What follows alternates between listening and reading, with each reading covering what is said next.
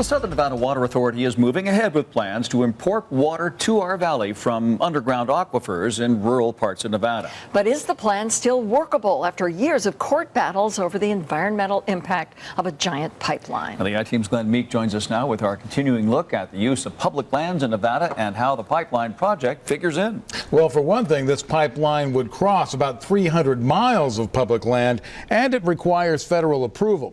There are also serious concerns about the project, which include some predictions of devastating environmental effects. The Southern Nevada Water Authority recently had a literal breakthrough.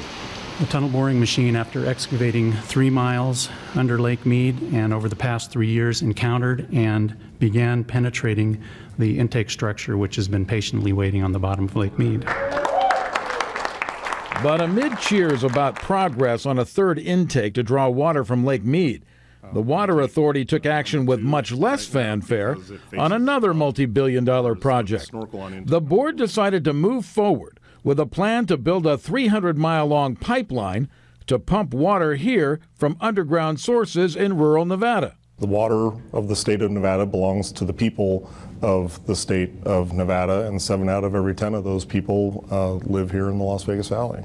This pipeline is going to cost in excess of $16 billion to build, and the water that it's going to pump is of a very limited nature.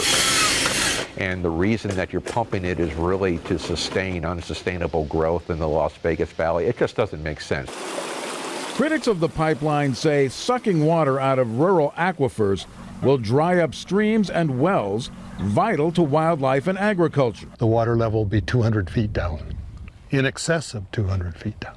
Everything will die. Everything will die. So far, not an inch of pipe has been laid in the project, despite roughly $100 million being spent on research, water rights, and court battles with opponents. When I think you compare those costs over a 25-year time frame to the future water security of our community, they're very reasonable. Both sides claim to have science on their side, but opponents of the project say they also have the law on their side, and they've won important legal victories to slow or block the project. We really feel like there's no question that this project cannot be squared with either sound science or a reasonable, intelligent, and rational construction of Nevada's water law.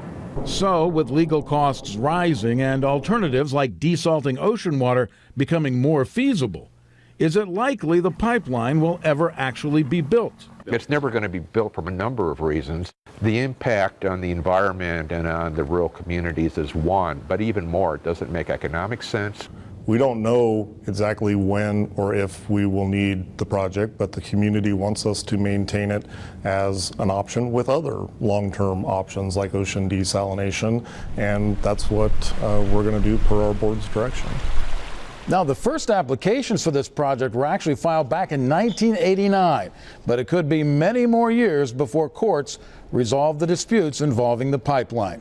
Now, tomorrow, our examination of public land issues continues, with Lauren Rosella looking at the incident that brought the issue to the fore, Rancher Cliven Bundy's battle with the BLM.